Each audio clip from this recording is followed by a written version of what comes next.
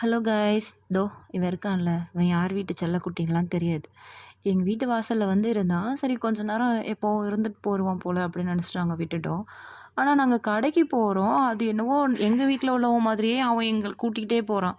நாங்களும் போகிற இடம்லாம் பின்னாடி பின்னாடி இல்லைங்க, எங்களுக்கு முன்னாடி அவன் தான் என்னவோ எங்களை கூட்டிகிட்டு போகிற மாதிரி போகிறான்.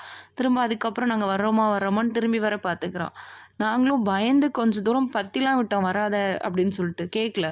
அவனுக்கு பக்கத்தில் கடைக்காரங்களும் பிஸ்கெட்லாம் போட்டு கூப்பிட்டாங்க. அது நிற்கல, எங்கள் கூடவே தான் வந்துச்சு. சரி அது ஒன்றும் பண்ணாதுன்னு சொன்னோடனே நாங்களும் அப்படி வந்துட்டோம்.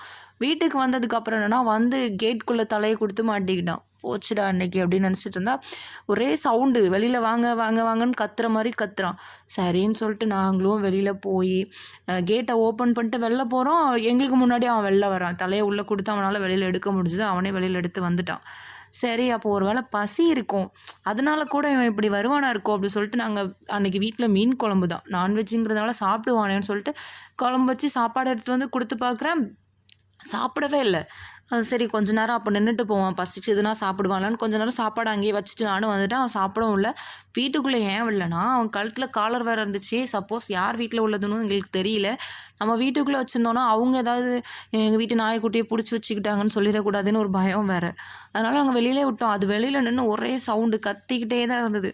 சாப்பாடையும் சாப்பிடல. அப்புறம் மனசு கேட்கல. சரி ஒரு வேளை பால் கொண்டு போய் வச்சு பார்க்கலான்னு அதுக்கு பாலை கொண்டு போய் வச்ச உடனே குடிச்சிது. எங்கள் வீட்டு சிம்பா குட்டியும் இப்படி தான். நாங்கள் நான்வெஜ் சாப்பிட்றோம் அப்படின்னா அதுக்கிட்ட சும்மா எலும்பு ஏதாவது கொண்டு போனோன்னா அது சாப்பிடாது. அது பால் மட்டும் தான் குடிக்கும். இதெல்லாம் பார்த்தோன்னே பட் எனக்கு அந்த மாதிரி இதெல்லாம் நம்பிக்கை கிடையாது. பட் எங்களுக்குள்ளே தோணுன விஷயம் அதுதான். ஒரு வேளை அதோட ஆவி எது இது உடம்புக்குள்ளே இருக்குமா? ஏன்னா இது அப்படி ஏதோ ரொம்ப நாள் பழகுன மாதிரி எங்களை சுற்றி சுற்றி வருது, வாழை பயங்கரமாக ஆட்டுது. எங்கள் கூடவே இருந்த மாதிரியே அது ரியாக்ட் பண்ணும்போது எனக்கு அந்த மாதிரி தான் தோணுச்சு. அது ஆவி எது இது உடம்புக்குள்ளே போயிருச்சா, நம்மளை பார்க்கணுங்கிறதுக்காக வந்திருக்கா அப்படி சொல்லிட்டு. அது என்னவோ ரொம்ப சந்தோஷமாக ஜாலியாக இருந்தது. அப்புறம் நான் வண்டியில் போகும்போது பின்னாடி வராதான்னு பற்றி விட்டேன், கேட்கல. வண்டியில் போகும்போது பின்னாடி வந்துச்சு. அப்புறம் அது எங்கே போணுச்சுனே தெரில, காணும். அப்போ சரி ஓகே, அது எங்கேயா சேஃபாக நல்லா இருந்தால் சந்தோஷம் அப்படி சொல்லிட்டு விட்டோம்.